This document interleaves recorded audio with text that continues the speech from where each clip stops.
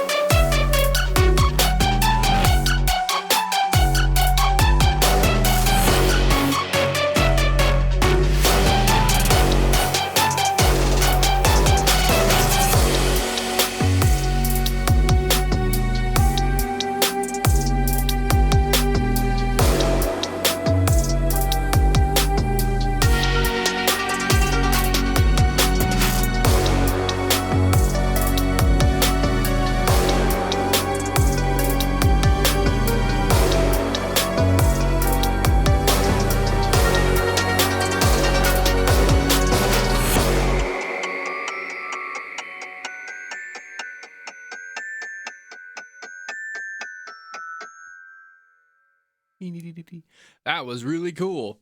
This was textbook. Very, very solidly and very well done and extraordinarily narrow focused. There is the elements that are happening and just not anything else. And that sounds like a disparaging thing to say, but it's actually why this works so well. There is so little thing happening that such attention was paid to how well they fit that it feels like this. Like, if anyone's ever looking for that pro sound, this track has it, and it's because of that. And that description feels vague. It feels like, oh, you made parts and fit them and did the job well, and that's why it's pro. Cool, yes, good talk. No. This is more about knowing what your final product is going to be and then making it that. which again might still sound like I didn't say anything, but that actually is kind of a rare thing to be able to do. to actually have like a parted out instrumented, this is the beat, this is the rhythm, this is the lead part, this is the stuff, this is how it feels when it comes together. And for the most part, what makes something art-wise good is not really ever, like, it can be what it does, but it's not really that. It's how it does it. And like a good movie versus a bad movie can sometimes be the difference between just a bunch of stuff that happened together versus something that had an extremely deliberate and narrow thing to say. And like the narrow thing will be said better than the big, like, random thing. It could be big and random, in my opinion. And this is one of those moments where like the narrow expression of this extremely, like, yes, big brass trap hit bass move lead element, like kind of vaguely Arabic feeling Bird Rising, like, yes to all of this. Not gonna win any awards in terms of amazing originality or crazy breaking any kind of boundaries or whatever, but like people, it's not just that consumers eat this stuff up, it's that people who produce stuff for consumers will love you if you can generate things like this. Because I was thinking the whole time through, I'm like, oh wow, this sounds like menu music. It doesn't just sound like menu music, it sounds like the perfect menu music, which almost, again, sounds like it's a disparaging comment, because like that sounds like I'm saying that it's not worth being listened to on its own. And to be perfectly clear, the way that this track sounds like it was made, it was almost put together and built with a vision and designed by people who liked listening to the music, the menu music, by themselves.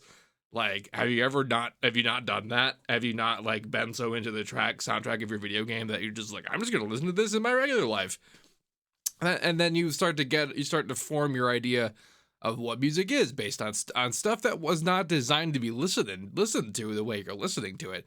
And imagine if that was you, and then you decided to be a producer, you decided to make stuff. What would you make? Probably something like this. These were two people, I guess, but whoever amount of individuals involved in the creation of this track did an excellent job, is the moral of that story. Moving on. Up next, we have One More Orbit by Teryak. Teryak, which makes me think of, so it's spelled with a T, so it's almost like pterodactyl and a yak together, but it's not pterodactyl because that's spelled not with a T. But teriyaki almost looks like it's part of teriyaki, and it might just be because I'm hungry, and also because I'm getting really into frying tofu lately, and like, I don't know, it's doing words to me. But this is the song. Here comes that. Actually, one second. I do this thing where I actually care when the song starts so I can make the track list. Here we go.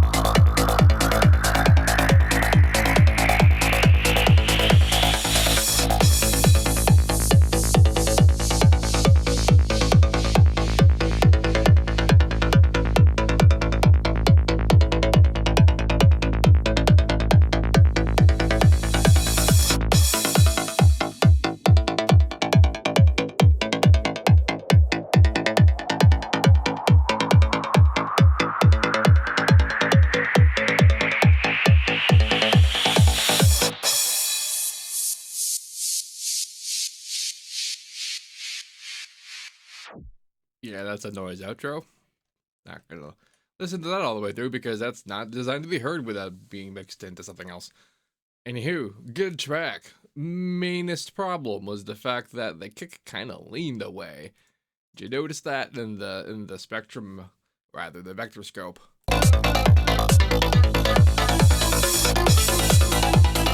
Yeah, so welcome to the only the use that a vector scope has, if you ever deign to use on any of your mixes ever, is to notice when this sort of thing happens. If for some reason you aren't really able to tell yourself, and to be perfectly fair, I'm not even really sure I could tell even when I did see this shape happening. It's not terribly as though it'll impact like playing live at all. That lean does mean that there's some amount of stereo information that exists in your low end in a way that might just mean that your kick is quiet on a system. And as well, all the other things that might be leaning the same way. I'm not really sure why or how that lean. Lean less, I guess. As for the actual stuff that was the stuff, this had some stuff. It's just all the problems I have with it are just the list of reasons I don't listen to trance. This isn't trance, I know. This is what would you call this? This isn't sci. Is this sci trance? Like, I'm grouping together a bunch of the similar housey, trancey, proggy genres that are based on the same sort of architectural concept of like, there's this kick concept that's happening. There's this in between stuff that's basically the whole track, and then the alterations of it over time are what the whole point is. And like, I like it a lot when I'm playing Trackmania, but not so much as like a recreational listening experience. Production wise though, like I like ARPs, I like repeated sequences. I like that stuff a lot, and it ends up in a lot of like stuff that is the stuff that inspired a lot of concepts that exist in the bassier dubby genres, like our friend AU5, who does stuff like that, like that's directly sourced out of like a trance architecture. Which is to say that I got nothing really wrong to say about this other than the kick thing. Like if this felt right to you, it's because it was. I'm not even like your dynamics are pretty good. Your sub is a little light, but in tracks like these, that's often the case. Like it's difficult to know what you're comparing this to because there's so many options. There's just so many things that this just is. Like that this is just fine for. It's honestly hard these days. Like I felt very recently a distinct like increase in possibility that made making the kinds of opinions I'm used to having almost totally moot. When I started out, and like this is just a generational thing. Like complexity increases, and then what seems like the field to me has been broken up into a whole bunch of these subfields, and then people who are new are going to be in those subfields, and then that's going to feel like the field to them, and then when they get older, newer people are going to break that field up, and like that's just how stuff propagates, you know. No biggie at all. But like I'm finally at the stage where the fields are broken up in enough directions that all the things that used to be mistakes are now fields. Like the things that used to be, and like I kept saying that as a teaching thing about sidechaining, that like we do that, like even like it exists in this track. Like we have this sort of like off and on experience because of the way that old school this stuff DJ would push it super hard in limits that caused the really otherwise dynamic mixes that were on vinyl and stuff like that. Like they hit a limit kind of hard and pump it up, and like it sounded cool. But that was a mistake. That was an amateur as hell mixing mistake that like utterly ruins like what that was not how that stuff was designed to be heard or made back then. Like people who made the stuff would probably not have liked it, but people who listened to it did, and when they go to make their own stuff, that's the field now. And there's no controlling for that. Like it's not as though I'm saying anything that's bad is actually bad. That's sort of the opposite of what I'm saying, is that like now I have seen utility in everything I've ever claimed to think was wrong. So I'm at the position now where it's actually really hard for me to determine, like, without knowing the field, without knowing, okay, well, what was your very specific and narrow like decision making tree? Because that's the only way I'm ever going to know whether or not what you did, like, I have been any kind of wrong. It was only that. Like, so that's how I typically, that's why I end up reviewing these things by kind of going off on like potential uses and utilities and like being like, how well did I do that? How well did I do this? And like just hypothetical use cases. Just about everything other than sitting here actually listening to it. because I'm not really sure I know how to do that anymore. Or if I ever did to begin with. Either way, though, fun talk. Moving on, we have Melody with Yeet, who tells us this is a temporary title. Okay, let's have a listen.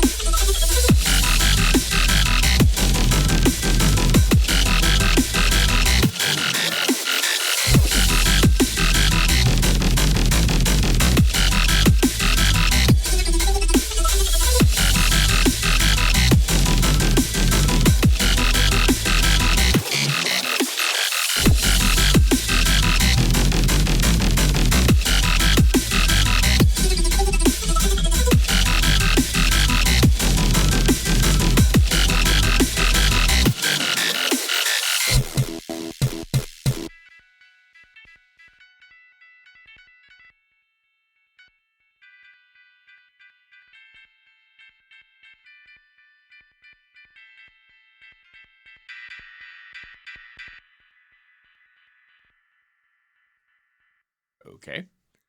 That was fun. Do stop. Okay.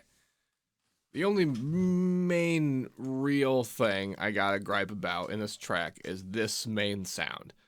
It happens enough that it really needs to be more solid than it is. And I don't necessarily mean like do it righter. I mean like it has to actually be hitting more. Like this guy hits right, and you can sort of tell it's because there's a presence difference.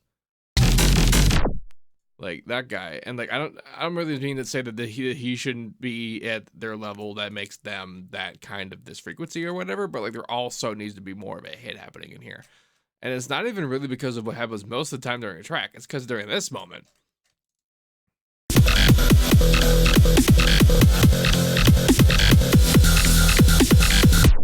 Especially like right around there when like the sort of the big version of the background petty things kind of happened.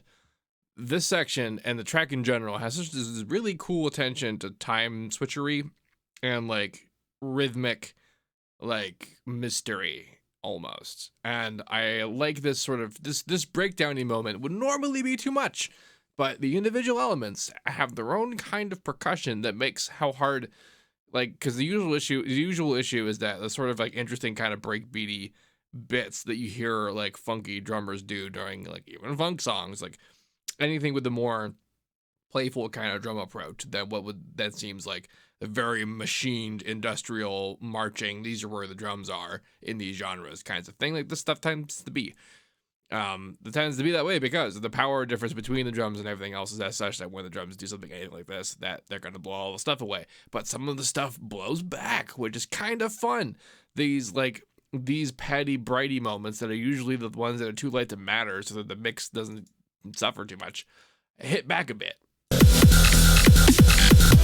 And it makes it gives a contrast to the elements that compete with how heavy the drums are, while actually still letting the drums be that level of heavy so that they can do the job of being that heavy while blowing away the low end of the mix. And it's a little bit debatable how well the low end mix is done in this track in general.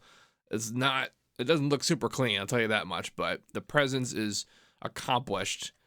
However you managed to do that, it worked out, but I gotta wonder how much work it was.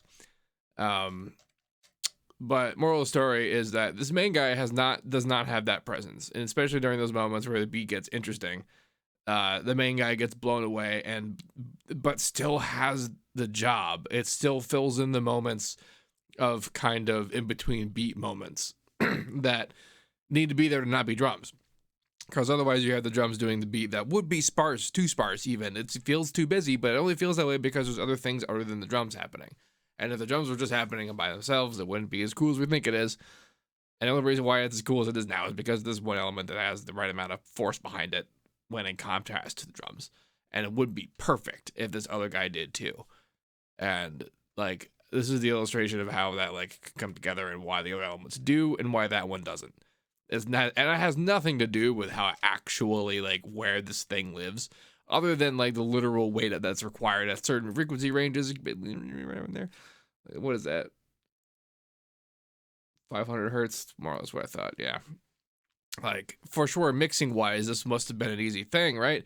But because this texture is cool and the way it's squeezed together is nice, like this, it's a neat deal. But it doesn't have the power and like percussive impact requirement that the rest of the stuff satisfies. Either that or write it in such a way that it doesn't like need to do the job. It's not the thing that is relied on. Just the fact that it is essentially the main driver of the track is why we're focusing on it harder than we're focusing on anything else. Like everything else, even though everything else is not really that interesting, but the jobs they do, they're only around to do not very often, so it doesn't really matter almost how they do it at all. Like contextually, I guess it depends on if you consider this to be a percussive based song versus a more melodic based thing. But these genres tend to be more about rhythm than anything else. But other than all of that, I like how loud it is. It might be a little too loud, but it might also be like just because of how tightly focused this one sound is in this one specific area, which tends to burn harder than we want it to without our necessarily knowing it is. But cools. Good job, Melody. Up next, we have You Know I'm Here V6 by Plausible. Wow, that's a is it high tuned or low tuned?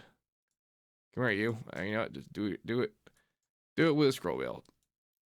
There we go. Here comes this. Once I look at what time it is. Do.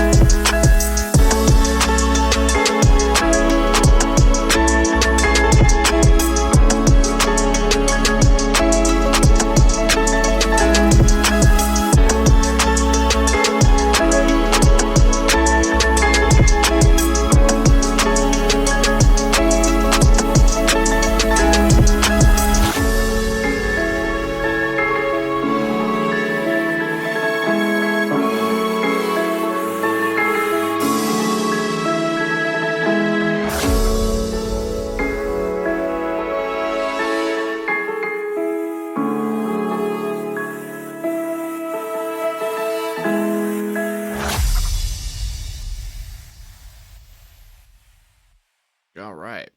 The smoothness levels were off the charts for this one. This was excellent, forwards and backwards. What I like a lot about aesthetic tracks is that I think the way you identify the aesthetic is the breakage. The you quantify, like, you pick an era of a sound that you're trying to do in time, and in order to get the aesthetic, like, because instrumentally, like, 80s and 90s and 70s and 60s and 50s music all had the same stuff, all of it. It all had what was synthesis, like, and would be synthesis. It all had guitars and what would be electric guitars. It had all the band stuff, had all the orchestra stuff. It had everything.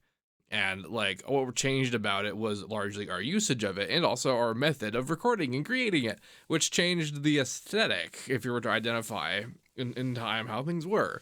You do things in the 50s by darkening your high frequencies and reducing your low frequency fidelity and distorting everything and reducing your dynamic range, and now you sound like Elvis.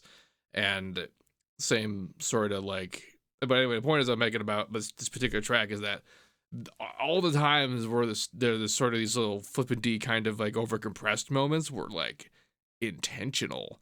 I assume they were so repeatable and together that I really hope they were intentional. I don't even know how you would do that. I'm like, by mistake with how tight this mix is. Notice in these bands when they're playing, like, in any given bit, I often task my students with sort of creating this architecture in their mixes, where, like, they have a kick and then there's just this shelf for their sub. And this, if you look at it, it looks a little like how I typically suggest you do it, which is you separate it, which is how everyone's always suggested to do it. You just high pass all your junk, or have only high passed junk, and make in your sub a single, very loud, very present sine wave. It helps that this track is tuned up. Like, the fact that we're up there is we're getting more bang for the buck on level with the sub, which is fun. And so the rest of the stuff, like all the overall schmoosh on stuff, is something that is really typically difficult to control for. It's also difficult to have this level of detail in a thing. Like, we talk about dynamic range a lot because of stuff like this, like Amon Tobin-y things, like big old layers of orchestras and quiet, delicate, temperate things. Orchestras are the example.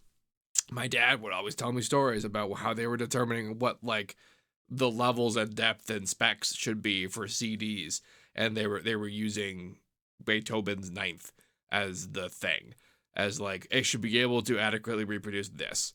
And there's highs and there's lows and there's in betweens, there's louds and all that stuff. So that we got 16-bit, and the purpose being is that it isn't just that, like, okay, it can be loud, it can be quiet. It's that we can hear all this stuff in between. We can hear the loud and the quiet at the same time, and have it not be distorted, garbled nonsense. So that's this, doing this, and still having us have a good schmoosh.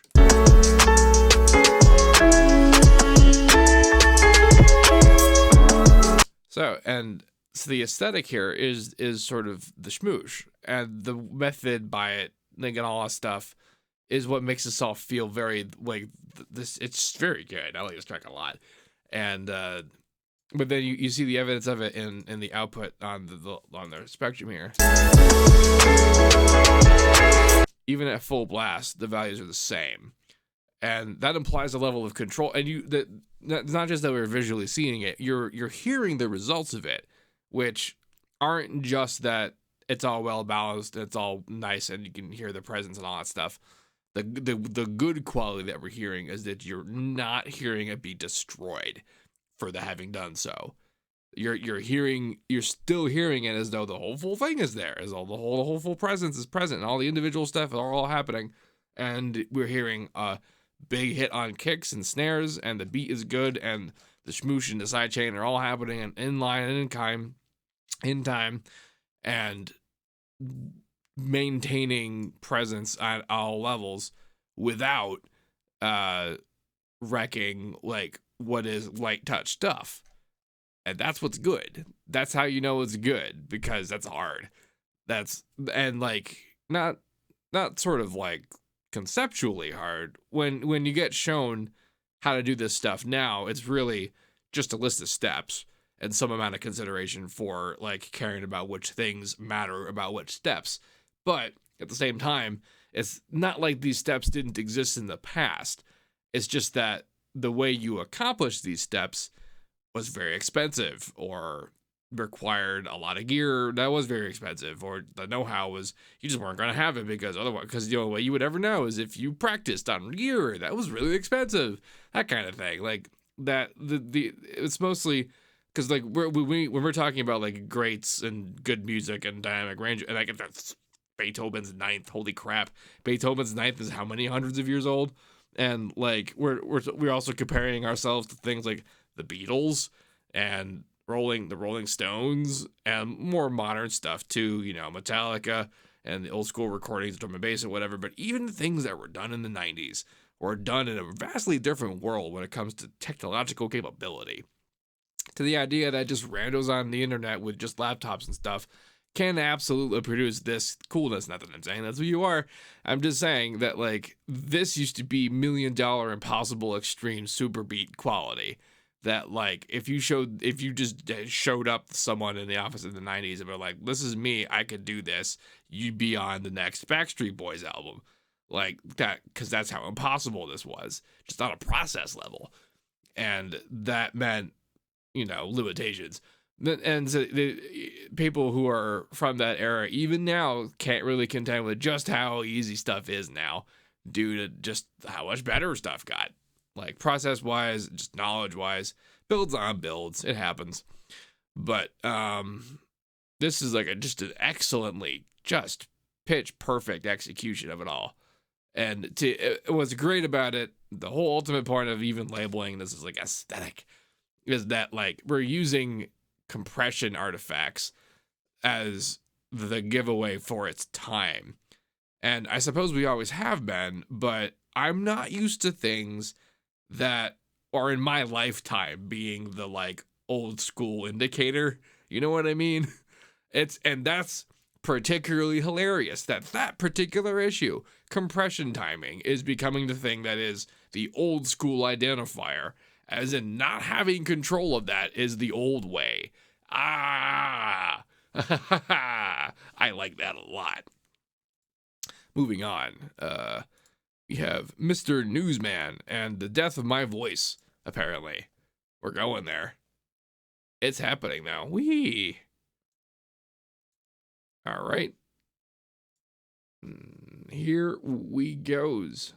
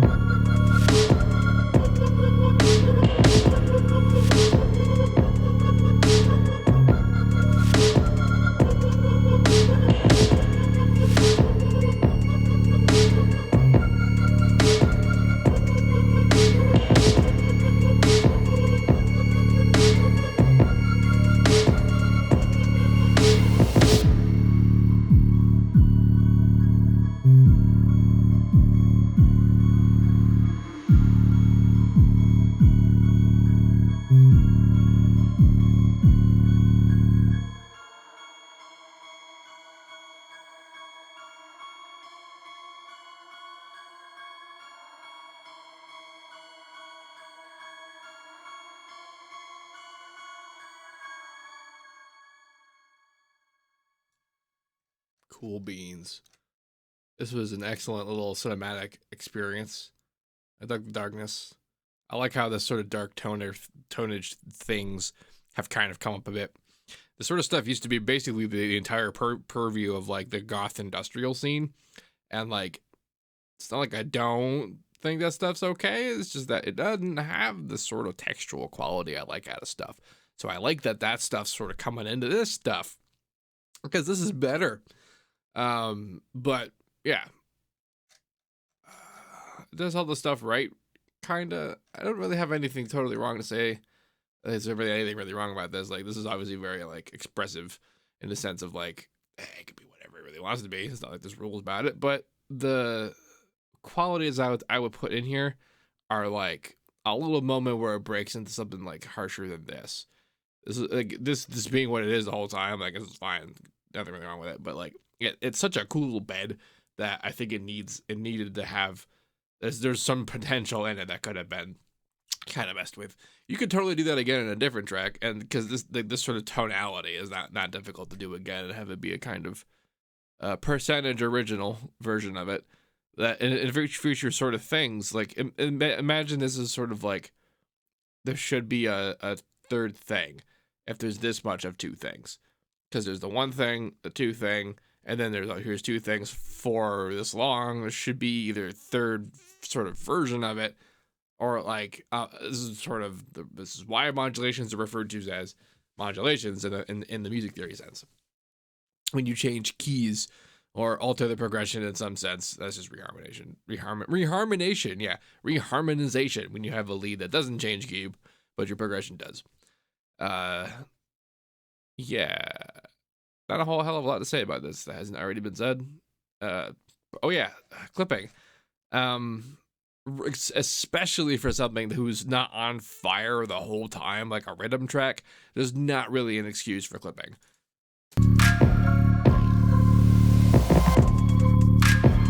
Especially on stuff like that.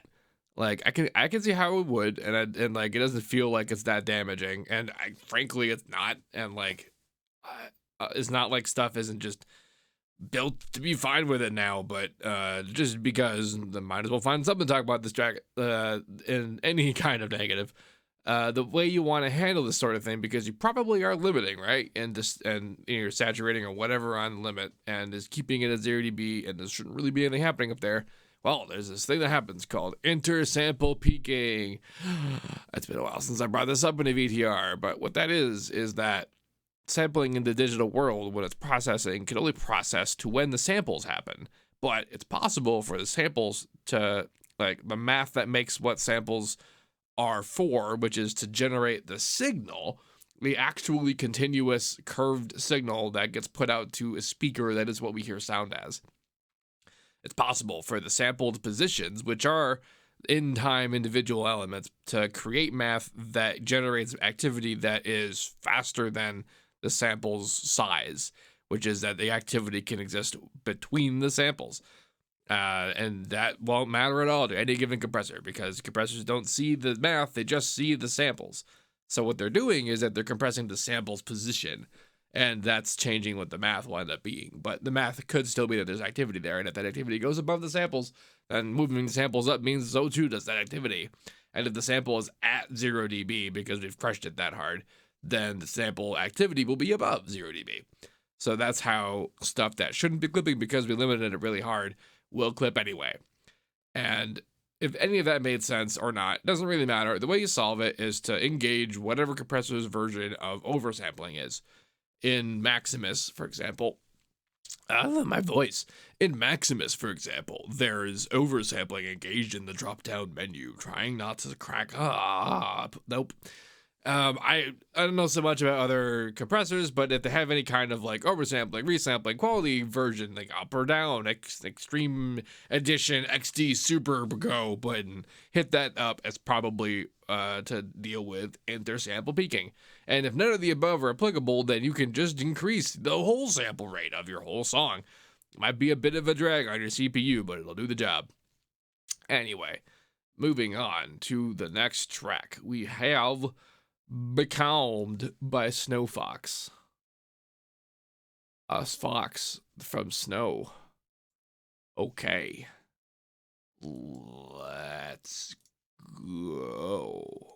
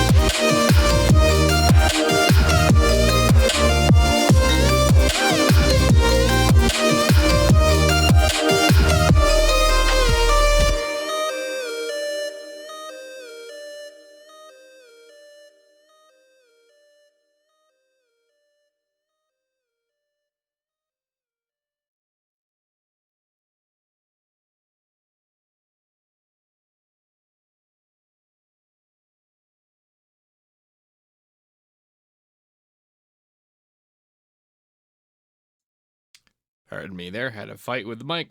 Okay, that was very loud. Like, I have it turned down pretty low as per usual, and I still felt this one come at me, bro. Like, good job on that. That's not even a detriment. I like how much power this had. The loudness, though, has an issue when you do it like this, which is that you also chose to be somewhat high-tuned and had a high-tuned melody. And you did appropriately curve down on your high frequencies, which is nice. Oof, it is on the line, though. And it's commendable how far up you got there before it, like, and I might just be able to be okay with this because I have at such a low level, because it is extremely high impact. I dug it, but it also got a little old. The groove is great, like the sound palette is okay, it's just that it doesn't morph into much and it doesn't do a whole lot more. And the reason why I think it even has to do more versus some of the other tracks that we saw that not so much. They were pretty sparse. And I'm just like, yeah, it's fine, do whatever. Meanwhile, on this one, I'm like, and so on some of the other ones, I'm like, no, this one there's math about how much more you need more things happening. What mattered? What was the difference between those tracks? And that made them like that. What makes this track like that? What makes it like that is how loud it is. It's very high energy, even though it's not very fast. Even though the other ones weren't very fast either.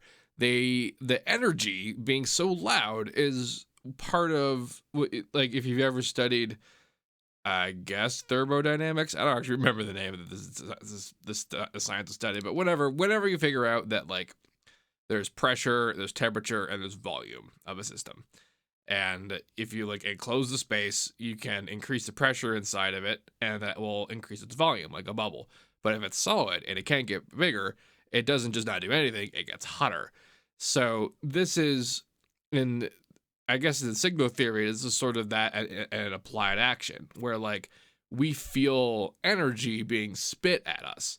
And distorted, loud energy has more energy in it. Like, even if it's the same range, even if the oscillation is still only ever 0 dB, if we feel it just stay there, that's more than if we feel it still be that range, but, like, spends more time less than that.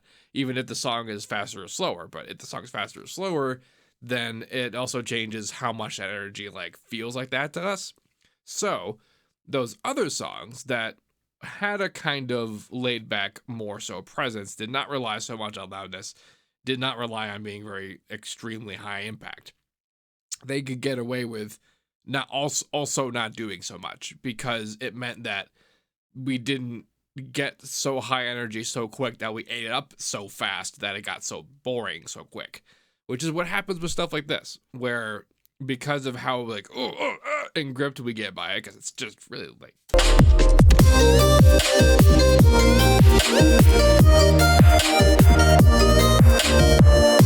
the whole spectrum is clawing at you. There's also some compression timing problems with there, like, about, you can feel the flip, although part of that is just the note. It's just the note on the sub. The sub moving around has enough presence to be an impact in a way that if it isn't timed right, it feels like a compression artifact. That's a lot. But, like, the point is that you can feel all the spectrum happening all at once, which makes a person do more in their head. It causes people to, like, not necessarily fatigue, but it moves us through the energy faster than they would have, even though we're not moving faster, even though the tempo is not very high, because the energy is. So it means that the content has to kind of substitute for that and give us different energy, so we don't get so done on this one kind of energy, which now happens faster because of how high it is, versus previous tracks, which had a kind of darker, lower level bent, which meant that they could kind of do the slow droney stuff that was just the same thing for so long, but not be such a big deal. And the other ones that were like that for the whole length, the alteration of stuff over time was the point. Like, that's why that is just sort of spread out that way. Anyway, that's a whole lot of opinions on my part. Good job, though, on basically the whole bit.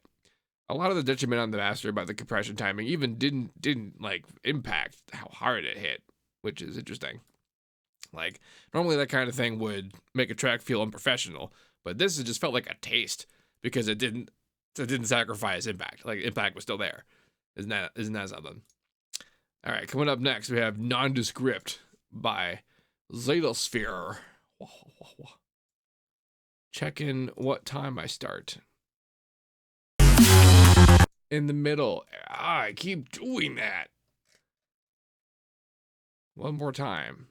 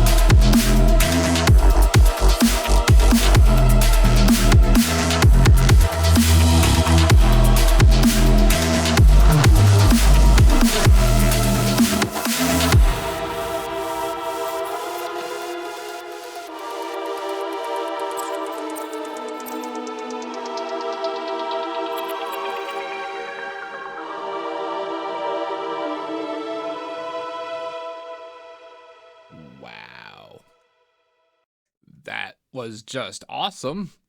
All of this, like all of the individual different part of this, like holy crap. It also weirdly reminded me, I think it's the choirs, like this.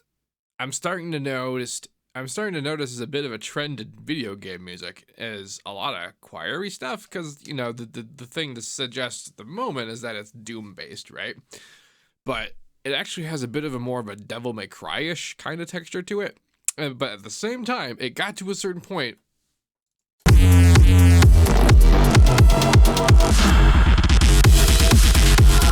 Around here, actually, around there was when I started being like, "Oh, Devil May Cry." But here, got me this like Descent vibe, Descent 2 especially, which probably means I'm referencing some specific band because there is a bunch on there, a bunch of industrial goth types. Just talking about that, right? But that texture in here got it just right, and like let's talk about just right for a second.